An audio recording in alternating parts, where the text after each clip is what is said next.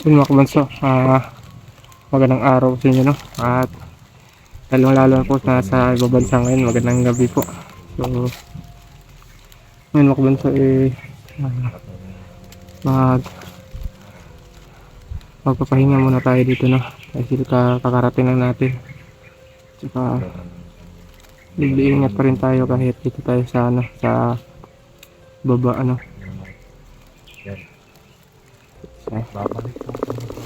Ayun si Kuya Dodong, oh.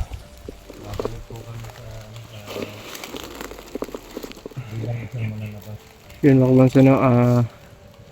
Nag-uusap po kami ni Kuya Dodong na babalik po kami, no, sa magiging isang mananabas, no. So kaya ganito yung ano namin, pero ibang mananabas po yung ano namin, isang mabuting mananabas ang Babalik kami ang galawan namin, no.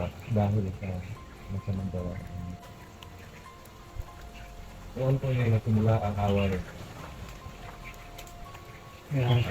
mga bandido o mga laban sa mga So sa isang sabihan mga kabunso, kasi magpapanggap kami na bandido para makapasok kami dun sa ano, no, sa teritoryo ni Medallion. Tsaka yung presensya namin babaan lang namin para hindi agad ma-detect ni Medallion. nanganabas laban sa mga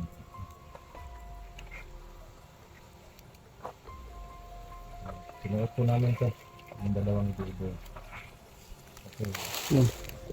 Hindi na kami nagdala ng bag mga kabunso kasi para hindi kami mahalata. Ano na lang kami, mga armas na lang yung dala namin.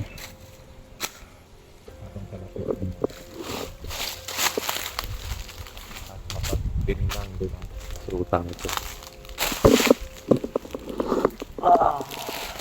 Nawawala yung duda ng kalaban sa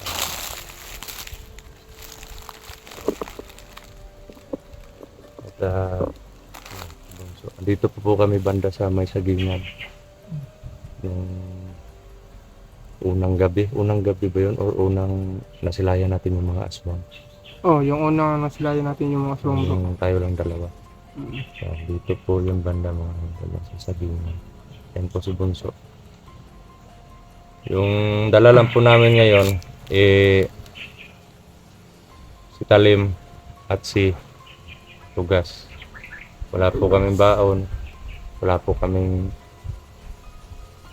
kahit anong ano.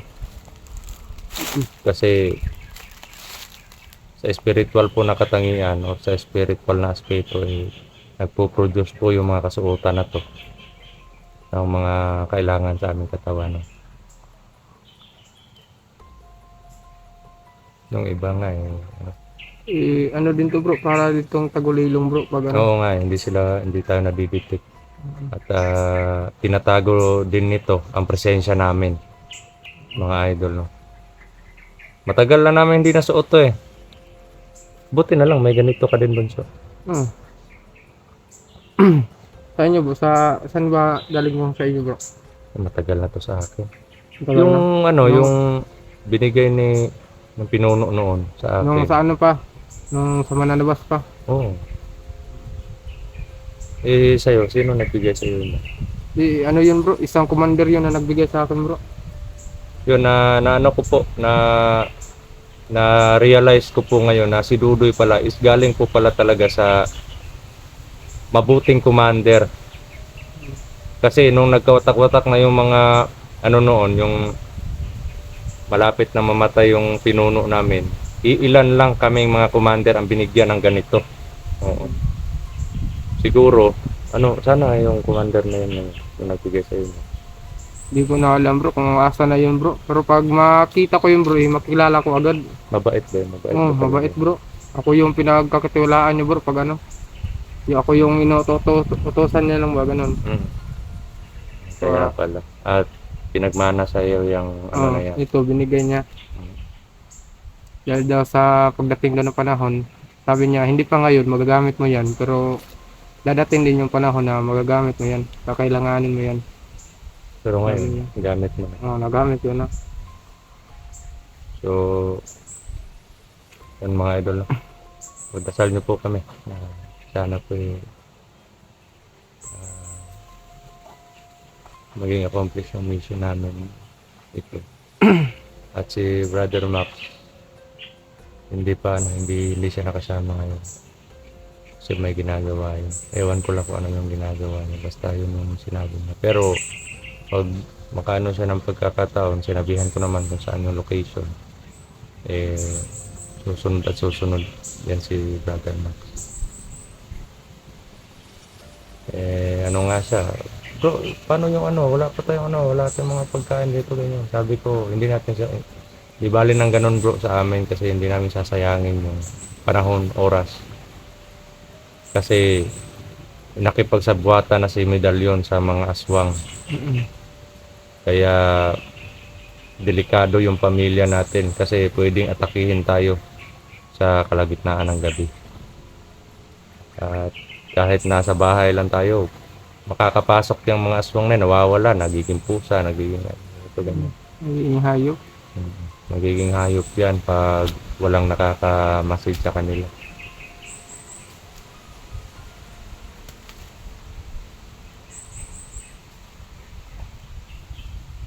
So, gagamitin po namin ang strategy ng bilang isang mananabas. Mga idol.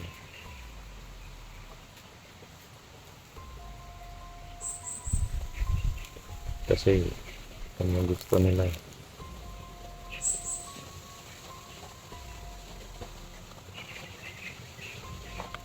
Isa po kami sa kumikilos para sa katahimikan na ninanais natin lahat. Walang gulo. Hindi man perpektong walang gulo, pero kumbaga hindi ganitong gulo. Maraming nabibiktima, maraming nadadamay ng mga inosente dahil sa mga sariling interest nila or sa mga layunin nilang hindi kaya-aya.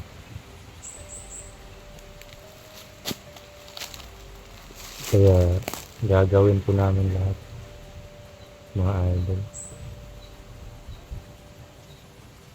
Yung mga anting-anting namin nandito lang naman po sa amin.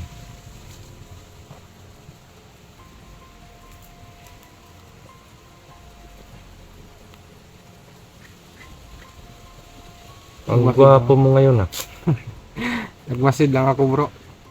Ko yung mga yung nasagupan natin ng mga suwang ba. Baka sa ngayon kasi bro, mga tanghaling tapat bro, tao sila ngayon. Tao sila ngayon no, siguro. Parang nag-ano sila ng tao. Kaya baka may pita tayo dito ba. Katulad tayo ng may din dito. Ay. Parang ito din po, sign. Ito po mga idol, sinabi ng pinuno noon na nabili niya lang daw to, nabili niya lang daw tapos niretwalan niya. Kaya nagkaroon ng katangian yung mga balabal na to, yung jacket na to, yung kasuotang ito. Ewan ko lang kung anong ritual yung ginawa niya. Pero kaya ko naman na dagdagan yung kapangyarihan ito pag magkaroon ako ng panahon or timing na nakakuha ako ng mga sangkap. Kasi may may nabibilihan naman ng mga sangkap, pero yung mga ermitanyo or yung mga manggagamot, maraming mabibilhan na ganyan, pero hindi po pwede na padalos-dalos sa pagbili kasi pwedeng fake yung mabili. O pwede namang talagang legit.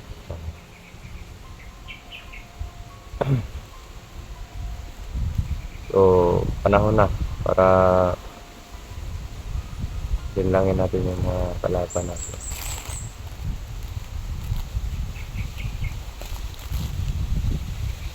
Anong oras nga yun bro, yung umalis tayo doon bro? Yun na yun eh, alaona na yun. Yung sa bahay. Ha? 1 PM na yun eh. Oras na yun.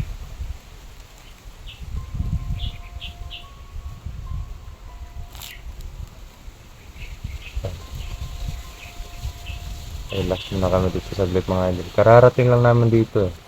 Po yun. Mag-on cam agad kami. Saka sobrang bigat ng buta. Mm. Saka ano, sobrang layo din ng nalakad natin.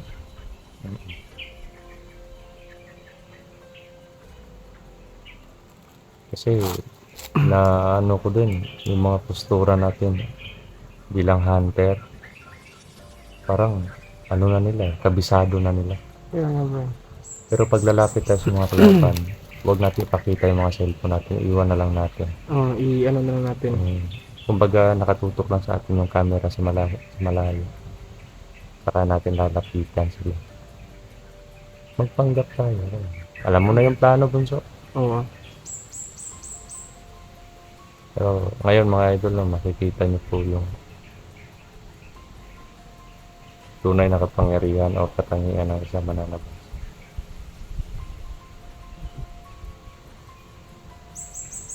So, yun.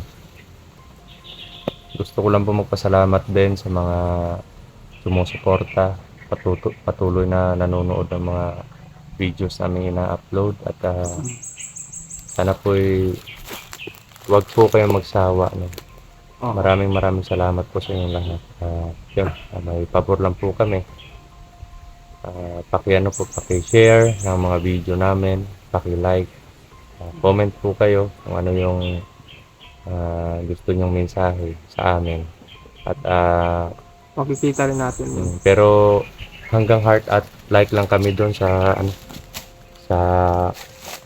ano namin sa YouTube channel, doon sa comment ninyo doon sa video. Hanggang like and share lang po kami doon. Like and heart. Pero kung sa Facebook kayo mag-ano, Pero kung gusto niyo po ng mahaba-habang kwentuhan o gusto niyo pong kumbaga gusto niyo lalo na sa mga baguhan pa lang na nanonood sa mga video namin, gusto niyo po na makilala kami, hindi lang doon sa video, at least na magkausap man lang kahit sa cellphone, gano'n. Pwede niyo po kaming i-add yung sa akin po Dudong Salvador po yung sa akin. At kay Bunso naman, Dudoy lang yun bro. Doy. Oo. Yun, Dudoy lang po yun. Dudoy, yan. Yun po yung kay Bunso. So, paki-like, share, and subscribe po ng mga ano natin sa mga bago pa lang, no? At sa mga walang sawa naman na sumuporta, sa mga silent viewers, maraming salamat po sa inyong lahat. At wag niyo po pababayaan yung sarili mo. Isa din po kayo sa mga inspirasyon, kaya po patuloy po kami lumalaban. At may mga may mga kanya-kanyang paniniwala sa physical or sa mga material, lalong-lalo na po sa spiritual na aspeto. Iba-iba man yung paniniwala natin lahat, pero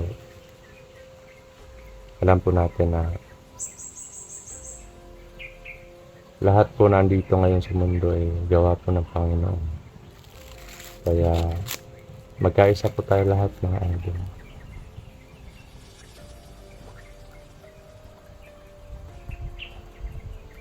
Ano bro? Ay, ano ka muna, magmasid ka.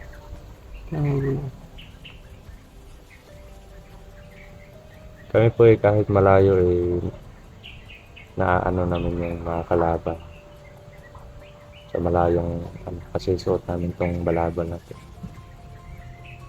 Or yung kasuotang ito.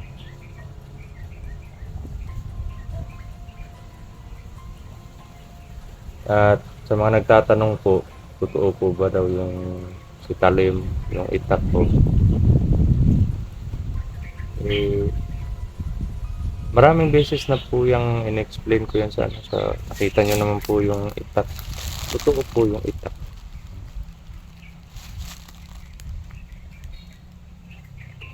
Yun nga lang, yung time na ano, may mga kalaban po na hindi tinatabla ng itak or baril. Kasi dahil po yan sa mga ano, mga kabal sa katawan. Mm. Hindi, yun nga, lagi ko pong sinasabi, lahat ng katangian o lahat ng agimat or anting-anting kapangyarihan ay may kahinaan. Kaya may ano man ang itak ko o yung kamagong ni Bunso, may mga mutyaman para laban sa mga masasama. May mga depensa din yung mga kalaban May para pangantay doon rin. sa mga Bawat agimat bro ay may ano, may kahinaan. oo, may kinaan. Kaya nga, kung wala lang kahinaan ng isang agimat, pwede isang agimat lang yung ano, pwedeng isang mutya lang yung katangian ng isang tao. Pero alam naman natin na bawat kapangyarihan may kahinaan. Kaya mas mabuti na yung marami kang agimat or mutya.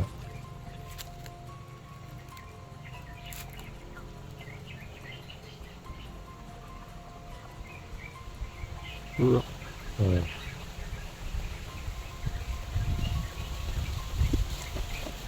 Kaya sobrang tahimik ng paligid bro. Oo nga. Malamig yung simoy ng hangin. Parang walang kagulo-gulo. Pero sobrang gulo na ng mundo. Ano siya? Sobrang lakas ng hangin. So, yun mga idol, mega love shoutout po sa inyong lahat at isang mapagpalang hapon po sa ating lahat. No? Oo. Wag na wag niyo po pababayaan yung sarili ninyo at manalig po palagi sa Panginoon. Ito po si Brad Dudong Adventure at si Dudoy. Dudoy Good siya. Adventure ang nagsasabi. So yun mga kabansa. Mahal na mahal ko namin kayo. Proceed muna kami na. Hanggang dito na lang. Lagi pong Baka sa susunod na araw na po kami makapag-upload ang mga video namin. Kasi medyo mahina ang signal dito sa bundok. Kaya isa lang masasabi ko sa inyo mga kabansa, mag-ingat kayo palagi. And gusto ko lang din po magpasalamat sa inyong lahat sa patuloy pa rin na sa pagsuporta. Lalo na po sa mga tita ko dyan. So yun. Maraming salamat po.